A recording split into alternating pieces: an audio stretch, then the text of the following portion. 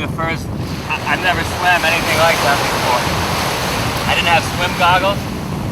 There was a shark chasing me. It had to be for a couple of miles. It was insane. It seemed, I don't know if it was friendly or what, but it was really close. But I'm here.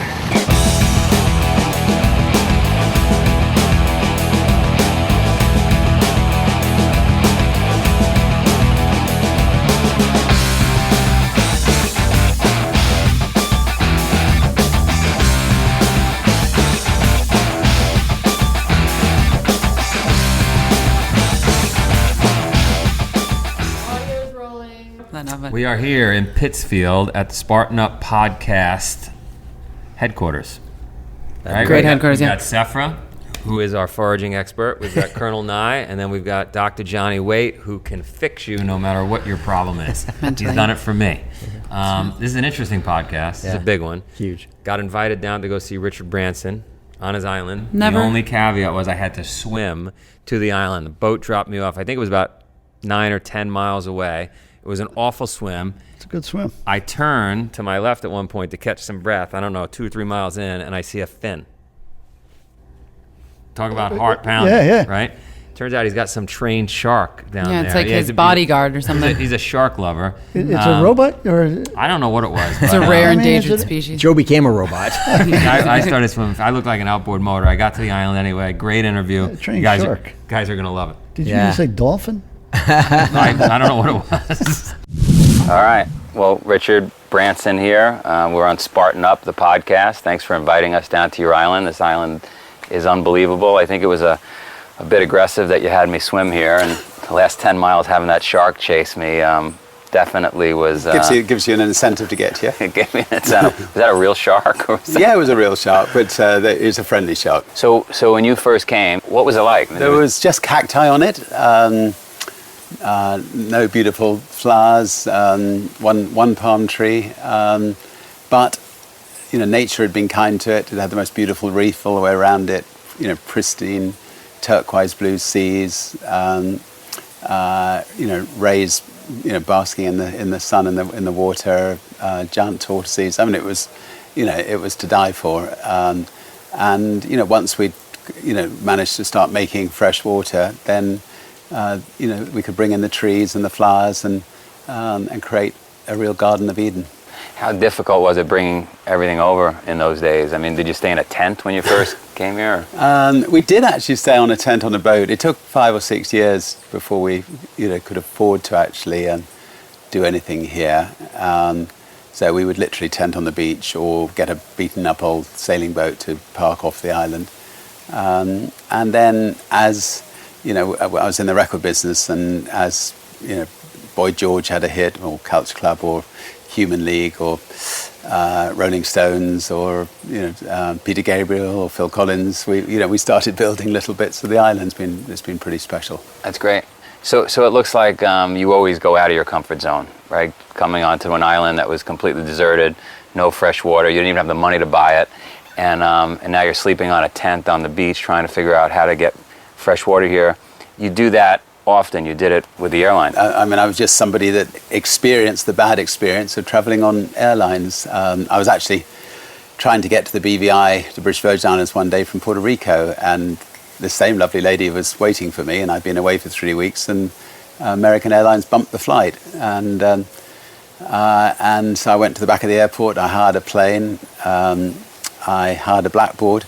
I wrote Virgin Airlines one way, $29 to the BVI, went around all the people who'd been bumped, and I filled my first plane. And that got me thinking, that airlines do bump people. They don't care about you or me, particularly in the air. And so I then rang up Boeing and said, do you have any second-hand 747s? No kidding. I mean, it was literally that. You just sat in the airport and said, I'm starting an airline right now because I'm frustrated. Exactly. And I think most of the best entrepreneurial ideas come out of frustration. I think if you're frustrated about something, the best way of sorting it out is get out and do it, and you've got yourself a business. So out of your comfort zone, right? In a brand new industry, probably going up against British Airways, American Airlines at that time. How tough was that? Very quickly, I realized that BA, were determined to put us out of business. threw everything they could at us. They illegally accessed our computer information. They rang up our passengers pretending to be from Virgin when they were actually from BA, telling them that our flights were cancelled and switching them to BA. They went through my rubbish bins looking for incriminating evidence. They went to our nightclubs looking into the rubbish bins there to see if they could find any needles so they could spread stories about drugs in our clubs. I mean, it was extraordinary the lengths this so-called upper crust British company went to get rid of its competitor. And we took them to court, and we won the biggest damages in history, and we distributed it to all our staff at Christmas time, and it was known as the British Airways Christmas bonus, and it was a great fillip for the staff, and it shut British Airways up. They now compete with us fairly, toughly, but not in the underhand way they used to do. So you're no stranger to difficulties and challenges, and you fight back. What motivates then the next giant challenge, which is space travel? You weren't bumped off a flight to the moon. No, I wasn't bumped off a flight to the moon, but the governments that run space travel were not interested in you or me going to the moon. They've only, China, Russia, and America have only put 500 people into space since space travel began, and I want to go to the moon. I want to go to space, and I don't want to. And so I thought, let's embark on trying to build our own spaceship. And so, it's been a longer voyage than I thought it would be. I thought we'd be able to get it done quicker. But it's going to be all the more satisfying when we pull it off, hopefully later this year. And we've got 300 wonderful engineers beavering away in the Mojave Desert. They've created a beautiful spaceship, beautiful mothership, beautiful spaceport. We've got nearly 800 astronauts in waiting, and it'll be the most exciting thing I've done in my lifetime. And the rush of just the first journey. I mean, we're going to go from 0 to 3,500 miles an hour in 7.5 seconds. So it's going to be some trip. Awesome. And you're the first. You're going to go up first. I plan to go up first, hopefully with my children. Do they know they're first?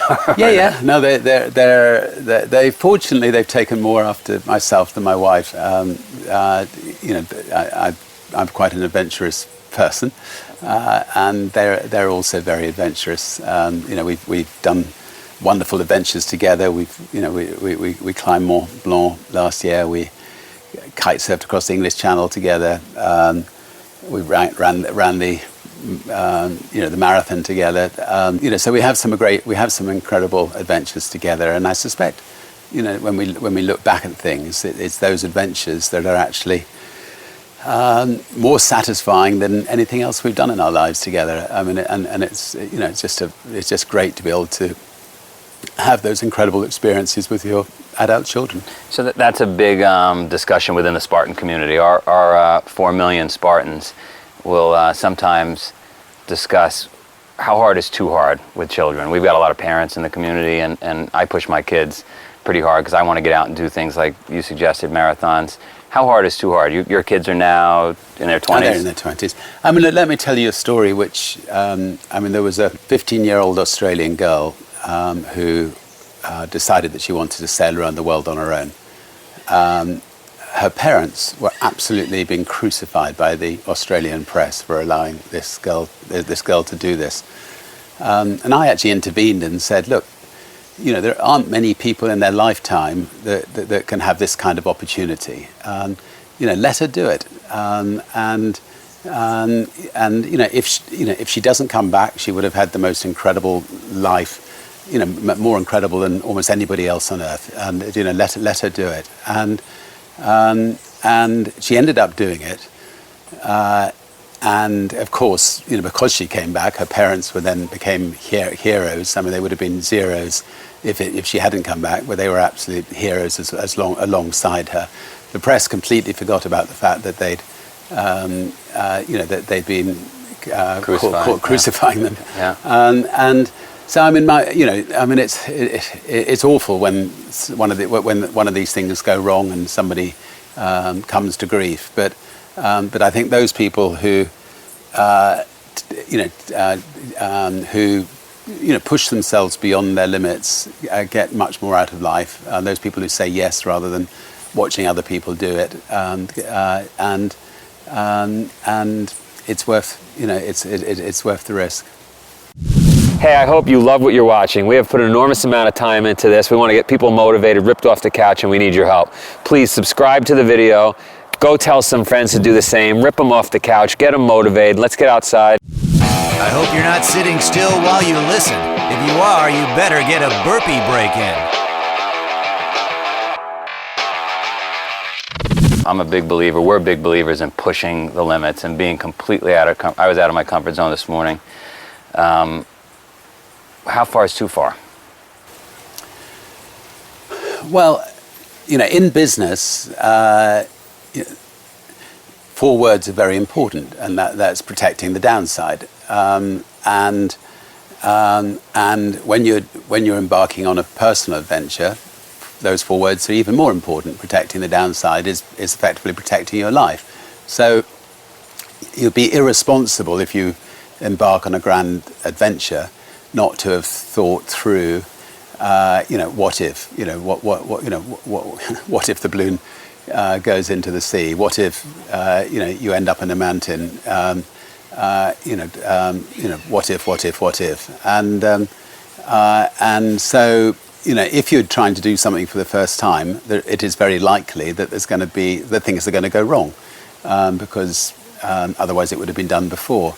But it's critical that you do everything you can to survive. And if in the end you don't survive, it's critical that you know that you did it. You gave it your absolute best shot to come back and tell the tale. Yeah. I wonder sometimes people. I know any little success I've had compared to you, it's been minuscule. By the way, that's rubbish. But carry on. Has been, but though, because you can talk yourself out of doing something, right? If you protect the downside, you have to look at what if.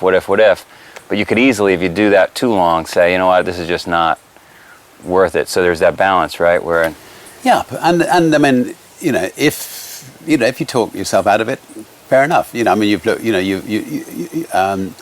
was one occasion where I should have talked myself out of something. I mean, I arrived in Las Vegas, and I was, any time I launch a new company, there's a stunt prepared for me, and I was told I was going to jump off a building that was 100 stories high, which in itself is okay, but the wind was about 50 miles an hour, and I didn't have the guy I normally use as my stuntman with me, and as I was going up the lift to the top of this building, the Palms, I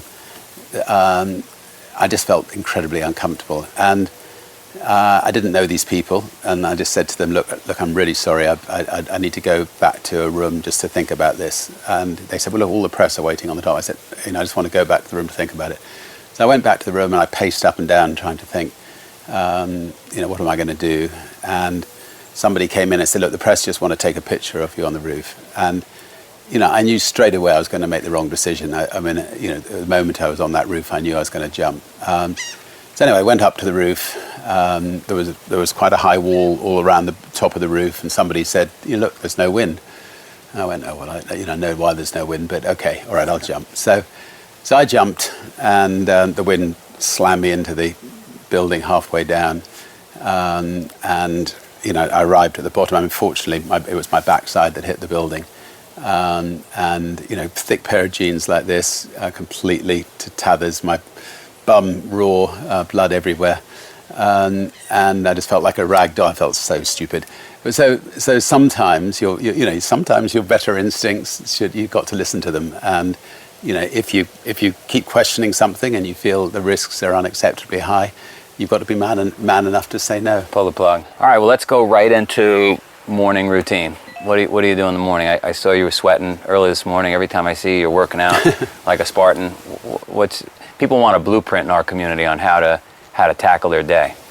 Well, look. First of all, I've always felt that you've got to be fit. So, if you're fit, you can achieve anything. That wonderful feeling of the endorphins, screaming through your body. I mean, what better way of starting the day? So, I mean, my own personal way of getting fit is, I wake up, really early every day, and I play tennis with somebody who's a lot younger and a lot fitter than me, and we play singles, and we give it everything we can, and end up sweating big time, and having a lot of fun at this as well. And then if the wind is up, I'll go for a kite surf. Kiting's a lovely way just to get away from the mobile phones and just get out on the sea. And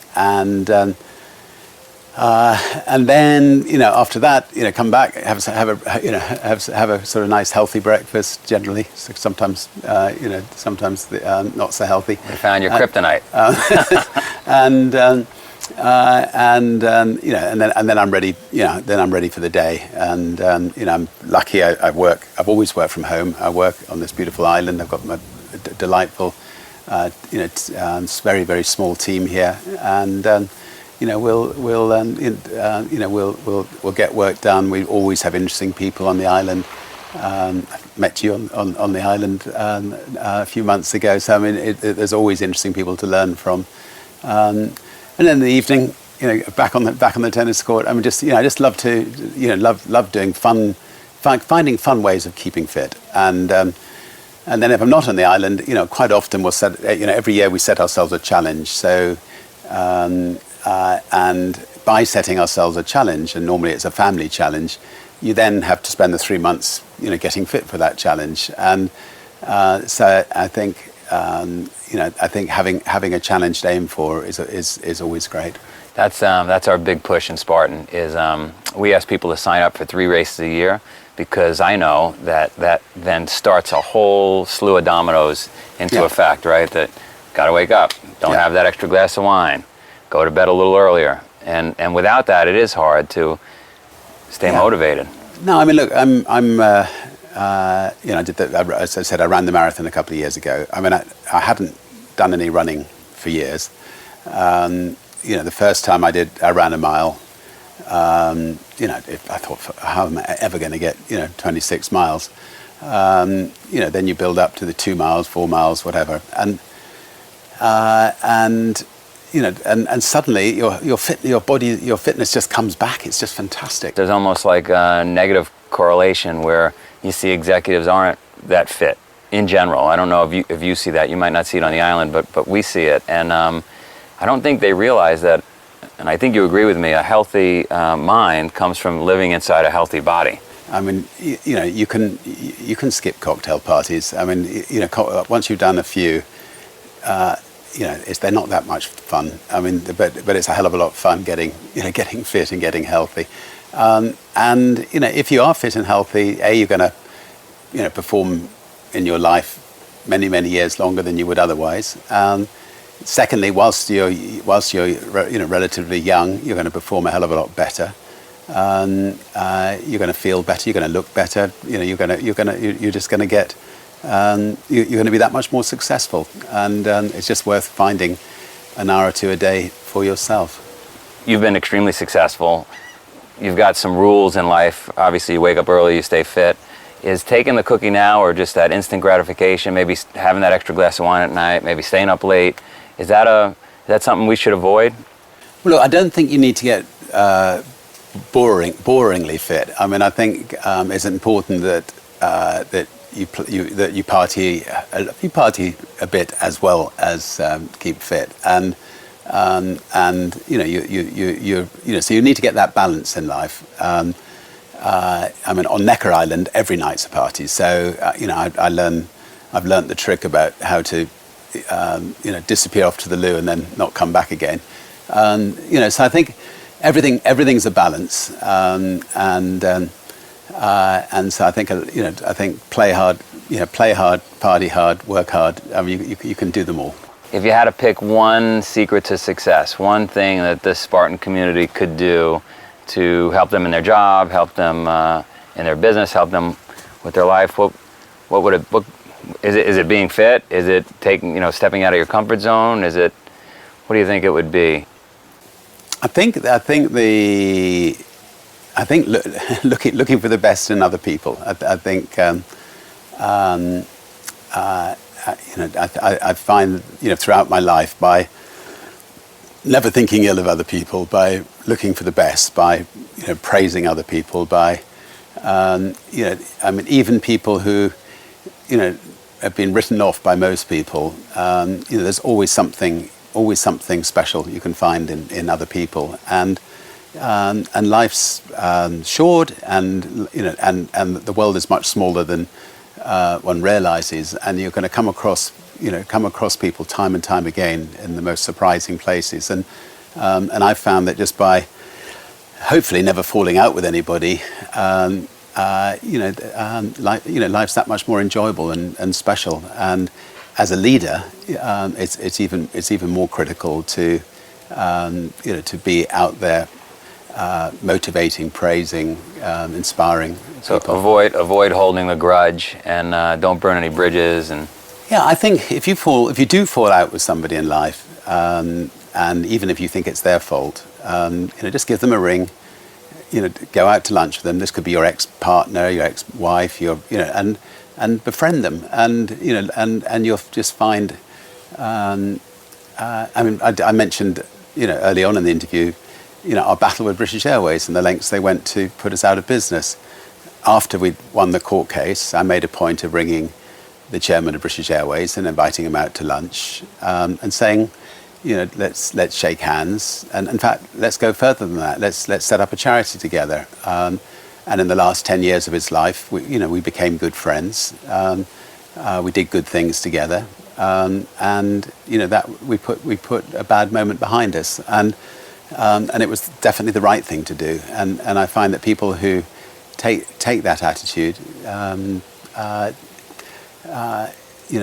that much happier for it. that could be one of the rarest qualities out there, as not too many people could drop their ego and do that. So give you one example. I mean, I'm very fortunate to know Archbishop Tutu and Nelson Mandela, and they did this in a much bigger scale. I mean, they basically said when they took control of South Africa, rather than doing what, say, America would do, which would be to execute our enemies, we will hold truth and reconciliation commissions where people who'd committed atrocities against the black man will come, they will apologize, they will embrace, and they will be forgiven.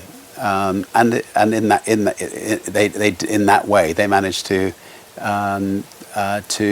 mend their country, and South Africa is now, a wonderful country of black and white people working together, playing together, marrying together, and the past has been put behind them.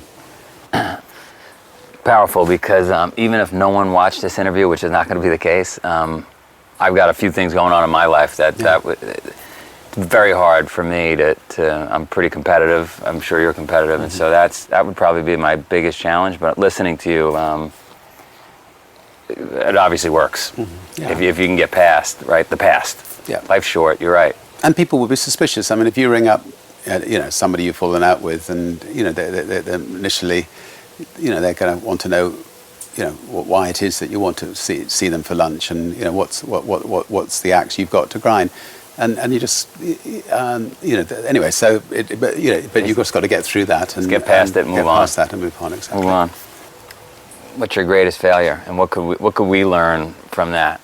Because we all have failures. You've had, luckily, more successes than failures. Well, I mean, in our attempt to be, first of all, the first across the Atlantic in a hot air balloon, then the Pacific, and then trying to be the first around the world in a hot air balloon, I mean, we had many failures on the way. In fact, I think I got picked out of the sea 5 times by helicopters. So, but nobody had done it before, and so if you're going to attempt something that hasn't been done before, you're going to have to accept it's difficult. And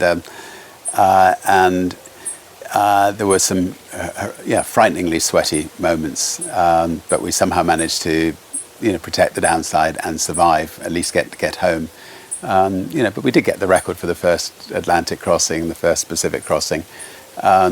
We came to within 1 day of being the first to go around the world in a balloon, and we just hit a blanket wall of air just off America, and the balloon just flying at 100 feet wouldn't go through this wall of air. Flying at 35,000 feet, it wouldn't go through this wall, and we ended up crashing in the sea just off Hawaii on Christmas Day, and fortunately being rescued by a helicopter, and it didn't matter. I mean, it's somebody else a few months later managed to go the whole way around the world. The satisfaction we got was from trying these things, from these incredible adventures. I mean, we'd flown over the Atlas Mountains, we'd flown over Mount Everest, K2, in the journey. A completely ridiculous journey of a lifetime. And I remember actually saying the day before, we thought we were going to get the record. Somehow, actually I didn't say it. I was going to sleep. I remember thinking it. If we succeed, it's almost too good. It was so awesome. It didn't matter. It was almost like I almost felt like we would have been spoiled to have succeeded, because life's been so bloody good anyway. So somehow it was the right justice that we ended up in the sea, and somebody completely unknown then beat us to it. I read somewhere, I don't know if it was your mom did it with you or you did it with your children, where you dropped them off a couple of miles from the house and they had to make their way. Was that you? No, it was my mum. Your mom did it to you. And so how far should we push as parents with stuff like that, like dropping them off, having them find their own way? Well, my mum would have been arrested today if she'd done that. But she was a great believer in, she wouldn't let us watch television. We had to be out there doing things.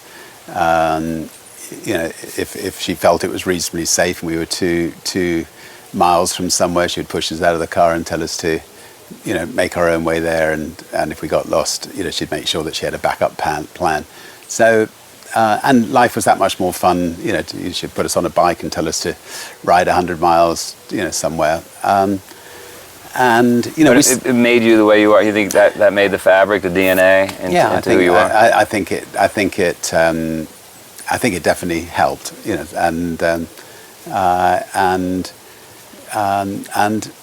Yes, there's always a risk when parents do that with their kids, but the alternative of wrapping them up in cotton wool, not letting them get out and play, is very sad.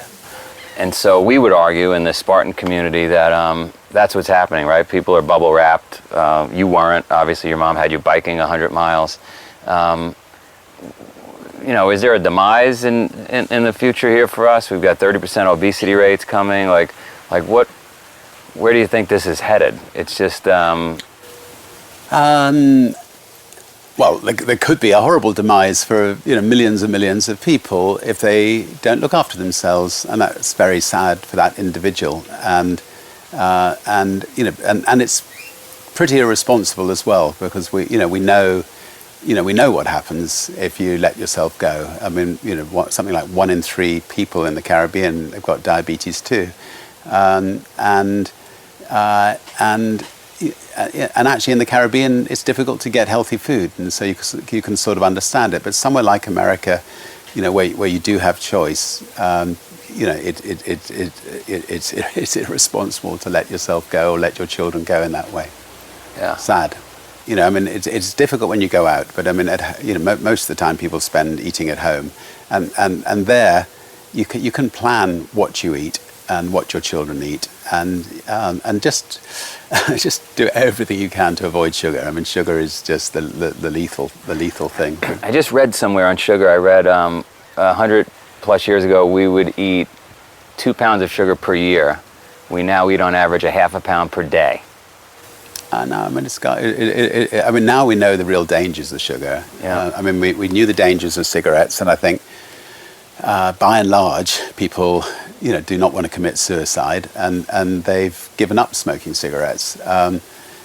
We now know that the dangers of sugar are just about as bad, and by and large, people have not given up eating sugar, and whereas they should give up eating sugar, and they've just got to do everything they can. I mean, within about 4 days of giving up sugar in your tea or your coffee, you'll find that tea or coffee tastes better. So, you can wean yourself off without any downside, Effect whatsoever. Well, And there goes the lecture. thank you. And can we not put the shark back in the water when I swim out of here? I will think about that. Thank you. Cheers. Thanks. Look, I spent all my life trying to protect sharks, so don't make sharks sound so bad. I've been afraid of sharks for a long time. All right, Necker Island. That was a great interview, Joe. Just great. Phenomenal. I'm thinking Best pretty one I've awesome. seen yet. Yeah. Branson's a true inspiration. He's kind of one of those thought leaders of our generation, I think, that just pushes the envelope and has done phenomenal things and acknowledges failure. And, I think, what did he say? He said the best entrepreneurial ideas come out of frustration. And I think that's a really interesting concept. Too bad you're never frustrated with Spartan Yeah, race. exactly. I'm never frustrated. I've got it really easy. Things just happen on their own. All that's cool, but his island is unbelievable. I mean, unbelievable. And he's done a huge conservation. He has done a huge conservation effort down there. And the interesting thing about that island is when he first bought it, it was pretty much barren, and he has planted an unbelievable. I mean, you saw it; it's pretty lush down there, isn't it? It's funny. We talked a little bit earlier, Tim, about sometimes that when somebody has a huge level of success, financial success, right, sometimes we discount the other things they do because it's like, well, yeah, anyone would work hard for that. He's kind of an interesting exception where, there are guys who they make a pile of money on Wall Street, they go build a great big house, and that's kind of all it's about, making money and building that house, right? But he's willing to risk it. Oh, well, A, willing to risk it, and B, just the contribution he's trying to make to the world, right, whether it's through the space travel, like really pushing a brand new frontier, taking huge risks there. Obviously, there's some recent news about that we may touch on. But a guy who's impacted our society in so many positive ways, I feel. What else are you going to do on this planet? That I wrestle with this all the time because I say it would be a shame to have this gift, life, because not everybody has arms, legs, all the gifts that we have, and not do that, not push the envelope, right? Not help society. Yeah, well, the person who complains about their day and says, there just aren't enough hours in the day, and they have a job and a couple of kids to feed, and there aren't enough hours in the day. Here's a guy with 200 companies, is doing incredible things. It's the exact same number of hours in the day that I have. We've talked earlier about being bored. We've talked earlier about making sure that you don't leave anything undone. Anytime that we really need to look where the bar is, you look at someone like that and say, maybe I could be doing a little bit more if I'd get off my assets.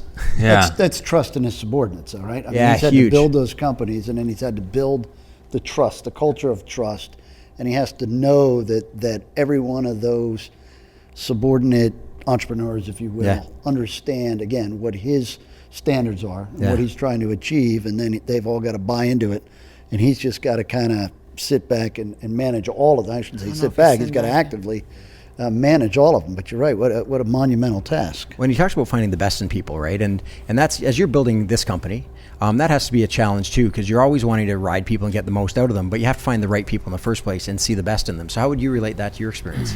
I it's going to sound a little bit like a cop-out, but I think about Branson. I actually had this conversation with him offline. We didn't videotape it, where I said, Spartan is growing like a weed. It's extremely hard to not be involved 24/7, take 600 emails a day. And he said, you've got to delegate more. And the next day when I saw him, he was struggling. He was talking to his daily planners about how many flights he had to take. So I think it's easier to say, hey, you just got to delegate, but in reality, it's a lot of work, no matter how you slice it. Absolutely. I think he's got such a reputation that it's slightly easier for people to row the boat in the same direction, right? Because everybody knows who he is. I think in the early days when we look at Spartan, when we formed it, it was hard to get people to get on the boat. They didn't know if the boat was going to float or sink, Make it go right? faster. And B, are they going to row? And what are they rowing for? And as each month goes by and we survive and we get a little bit better and they see the emails come in and the lives are changing, the people that work for us are amazing because they are just doing their job. And so now any struggles we have, and we have struggles every day like anybody else, are really stuff we have to deal with as management. Yeah. And kind of navigate the storms, because we're in a daily storm here. Well, but in that daily storm, and this is something I think he's a really great inspiration for, he looks like he's having fun, just generally. And I know that, there's a lot of work that goes behind that, but really enjoying life. And I think that's super important. And you've been on Wall Street and you've been around other executives, and they're the guys who get out of shape, they get grumpy. Yeah, sure, they're making a ton of money, but they're not having fun. No. And he talked about staying fit and healthy, but also the idea about understanding that there are going to be problems, and that I love there's a quote that says, having problems isn't a problem. The problem is thinking that having problems is a problem. I like that. It just get that there are going to be problems, can't right? get it on a bumper sticker. And I think it also goes back to the fact that he loves his family and they set goals together as a family. And I have some friends who work down on his island, and they said that they really are just a phenomenal group of people. And it's amazing. They say that they set goals, take risks. His support of that young girl who sailed around the world, right? I mean that's super cool. That to be when he hot air ballooned around the world, right? I love willing, that story. I mean, you're willing to take risks, and even if you don't get to your finish line, right? He's still.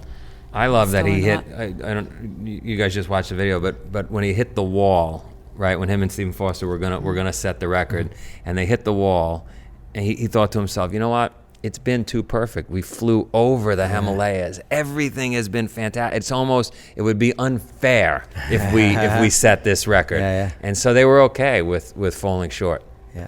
Well, and obviously we just keep cutting. Sorry, jump in. I'm fine. Go. Well, all I was going to say is that there's some big news recently with this space program, with a tragic disaster, and yet here's a guy who he's put his own life on the line again and again to push us forward. And what's your take on that? Having met him and then having seen that, must have been kind of. Well, when I saw the news, I immediately thought to myself, he'll be okay, because having sat down with him and having talked through it, he's just got the right head on his shoulders, and he understands this, and he knew that there was going to be danger. When you push anything, right, there will be danger, and I'm sure they took 100, 200, 500 test flights, so it wasn't that they were Not cutting negligent. Yeah, not negligent. They weren't cutting corners, and the hard thing to do though is to get back on the horse. And but I'm sure they're already planning the next mission. Well, that's what makes him that. Well, one, he's a world-class explorer, but he's a world-class leader. Right. So people, and you talked about that he looks like he's having fun. That's part of his leadership. Sure. And so people are attracted to that, right? Yep. And world-class people are attracted to that. So he gets to pick and choose some pretty good staff to have around him, because people are attracted to winners, essentially. You want to be on that winning team, right? Sure. So, he has pushed the envelope out there, but he's done it personally. He put his own company and his money on the line, but he's also put his own life on there. And when you see somebody willing to risk it all themselves, it's so much easier to get behind that guy. Sure. Leaders eat last. Right. And I want to ask Joe, because we talk about putting yourself around people who are already further down the road than you want to be. We talked about that with squash before. You play against people who are better than you. So here's a guy who, not many people have reached his level of business success. And you're at a level of business success with Spartan Race beyond what most people ever get to. So you found a guy who's playing a bigger game. What's the biggest thing that you took away from that meeting? You came back, obviously you went down to learn something and came back a better person for it. What would you say is the most immediately applicable thing that you learned? I would say the biggest thing for me is he says, don't burn bridges. Yeah. Right? Build bridges. And even people that you're not getting along with, you're having disputes with, try to solve those problems. Now, after I left the interview, I found out that the dispute he was having with British Airways resulted in Virgin and Richard being awarded $500 million. Yeah. Certainly, it's easier to build a bridge with $500 million than it is without $500 million. So, but that doesn't mean we can't do that. And I've always been a big believer in the past is the past. Let's just move forward. Yeah.